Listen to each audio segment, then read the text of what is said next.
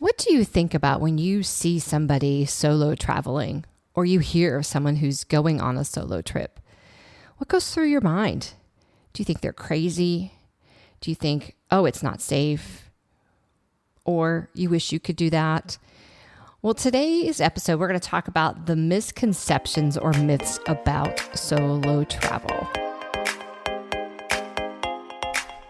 Welcome to Solo Travel Adventures for women 50 and older. I'm Cheryl S., your host, solo travel advocate, freedom traveler, and coach. This is your passport to adventure.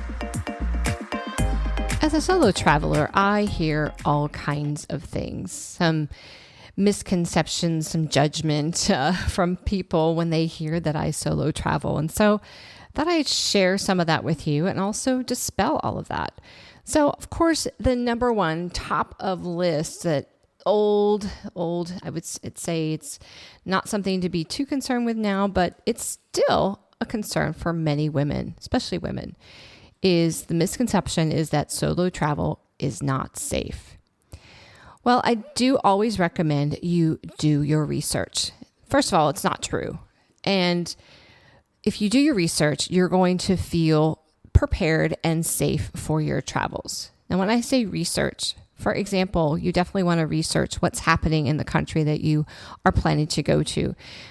For example, right now, at the time of this recording, going to places in the Middle East, like Iran or Israel, or even the Jordan, places in that vicinity would not be recommended. And as a matter of fact, many airlines, because they have to fly over that airspace, are canceling flights. So even if you were considering going somewhere in that surrounding area, obviously, if you did it before any of this happened, because a lot of times civil unrest and wars are just unpredictable, of course. So just making sure you're staying on top of that. But outside of that, doing your research to find out, more about the country that you're going to.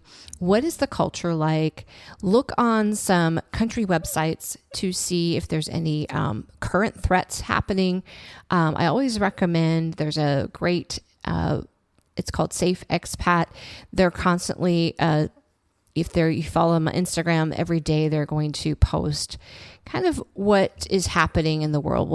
Who's at the yellow level of threat, who's at orange or red, or maybe they've counted, sort of changed their mind because of what's happening in that country. So always do your research. And believe me, there are plenty of countries that are safe. We have so many to choose from.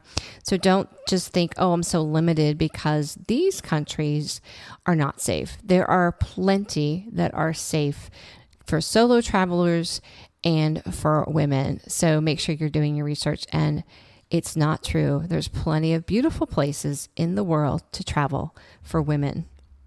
Number two, we get the pity party. We get the judgment of, well, they must not have anyone to go with. While this may or may not be true, it may be that they were traveling with a friend or planned to travel with a friend, and that friend backed out at the last minute. And they're still going anyways, which kudos to them. I definitely say do it if that happens to you.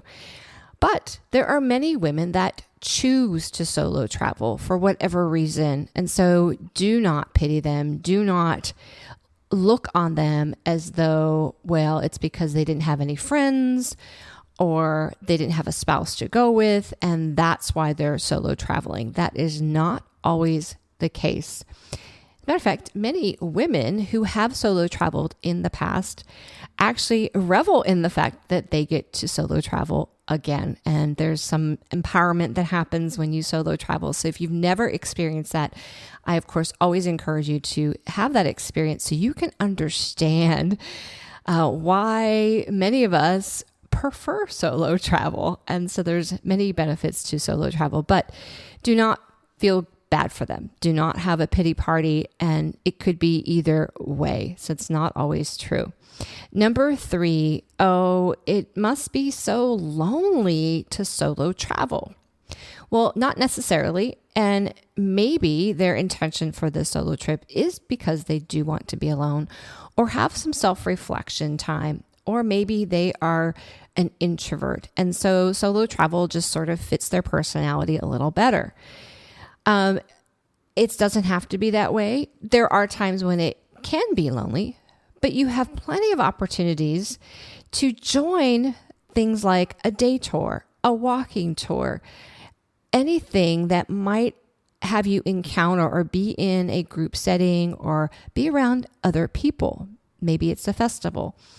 There are plenty of things to do where you will not be alone. And there are some studies out there on solo travel that when you are traveling solo, you are more likely to strike up a conversation and even meet others than if you were on an already built-in sort of group. It's almost like you're forced to have to talk to somebody. You're forced to have to ask somebody for directions. You're forced to, strike up a conversation and see what that person has done or have a recommendation for a restaurant, whatever it may be. You do not have to be lonely. And that's just a misconception about solo travel. Number 4, you won't have fun because you don't have anyone to share the moment with. I hear that a lot. People say, well, wouldn't you want to share that highlighted moment with somebody? Yeah, in a way, but it's a memory I also can keep to myself. And you can always have fun again without being in a group or maybe being with somebody. So that's not always true. And yes, there are times when I might say, oh, so-and-so would really love this. And as we know, unless you are a professional photographer, when we try to capture a moment, whether it's in nature, but it's hard to also capture a moment when it's maybe an experiential, cultural thing where you're, immersed in the culture. And so that's not something you can photograph. And it's something that can be shared. Yes, can be a lovely thing, but you can also look at it as this is a precious moment in my memory and my memory alone. So it doesn't have to be looked on like that. And number 5, people often say, oh my gosh, you're going solo travel. You are so brave. I mean, I could never do that. You must be fearless. You have to be fearless in order to travel solo. That is not the case. And most people say, oh, I'm just not courageous enough to do it. Well, I like to look at courage. Courage is not the lack of fear. Obviously, we know that courage is taking a step forward despite the fear. And often when we keep getting out of our comfort zone and we keep challenging this fear that we might have, we get stronger in our courage. And courage is like a muscle. So it does need to be, exercised and practiced to get a little stronger. And I'm not saying that fear completely goes away as you become, more gifted in your solo travel or you have more opportunities to do it. But rather you build a little more confidence each time. And so, there's still certain, fears that might pop up for me.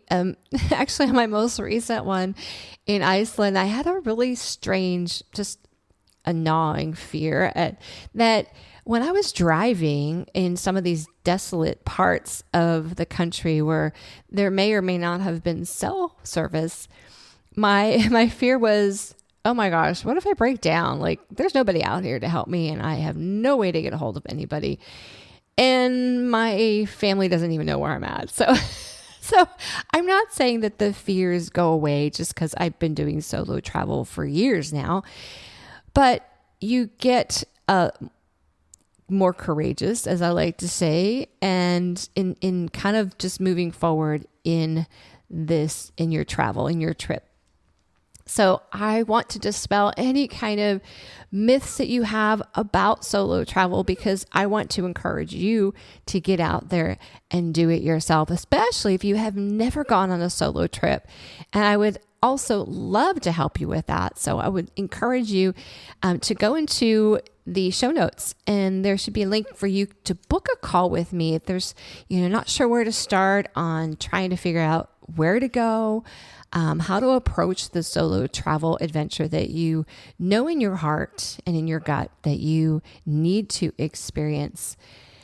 Well, sister travelers, as I always say, get out there and have that adventure. Do not wait for somebody. That's the other thing is we think we got to wait to do a trip. And this is why solo travel does happen for some people, but don't wait. Just get out there and do it.